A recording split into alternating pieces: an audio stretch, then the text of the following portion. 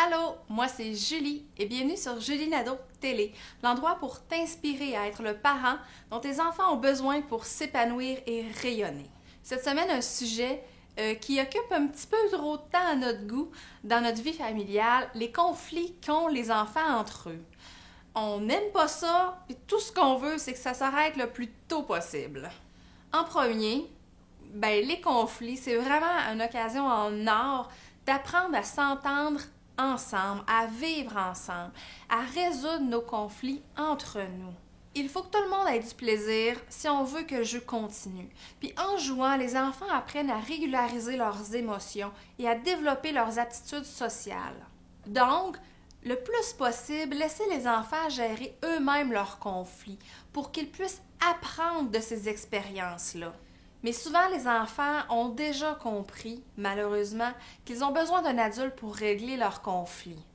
Parce que, on intervient tellement trop vite qu'on leur laisse pas l'opportunité de régler par eux-mêmes les chicanes puis les conflits.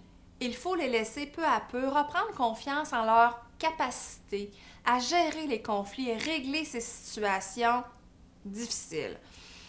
Puis, ce qu'on peut faire, nous, en tant que parents, c'est de les écouter, les encourager à exprimer leurs émotions pour qu'éventuellement, d'eux-mêmes, ils trouvent des solutions. Mais quoi faire quand un enfant frappe un autre? Là, c'est une question de sécurité. À ce moment-là, on retire l'enfant qui a été blessé, on le console puis on le réconforte. Puis si notre conjoint est là, en même temps, lui, il peut s'occuper de celui qui a frappé l'autre. S'il n'est pas là, ça va être notre deuxième action, ça va être d'aller soutenir celui qui a frappé l'autre.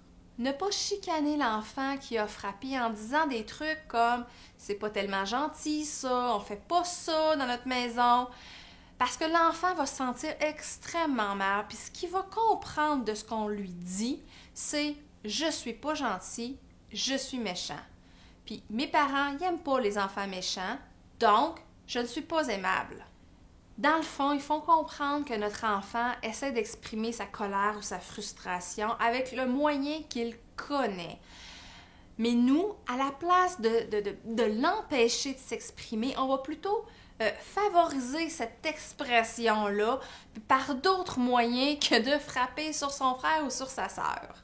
On va offrir à notre enfant d'autres moyens pour exprimer sa frustration puis sa colère, comme crier à tue-tête, aller frapper dans un oreiller, sur un toutou aussi qui peut représenter le frère ou la sœur contre qui il est en colère, courir dehors, suivez votre intuition pour offrir à votre enfant d'autres moyens pour calmer sa colère et ses frustrations.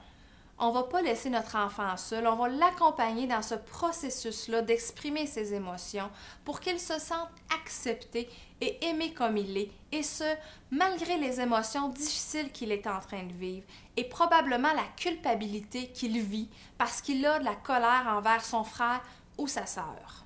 En terminant, on peut diminuer les conflits et la compétition entre les enfants en adoptant une attitude plutôt nourrissante envers nos enfants plutôt qu'une attitude contrôlante et autoritaire. As-tu aimé cette vidéo? Si oui, partage et laisse-moi un commentaire, ça me faire plaisir de te lire et de te répondre. Puis si tu veux plus de trucs, viens directement me rejoindre sur julienadeaucoaching.com et assure-toi de t'abonner pour être au courant des nouveautés par courriel et avoir plus d'informations plus personnelles que j'écris seulement dans mes courriels et seulement à mes abonnés. Continue de croire en toi et en tes enfants. On a besoin de parents comme toi pour créer un monde meilleur, un enfant à la fois. Sur ce, merci de m'avoir regardé et à très bientôt.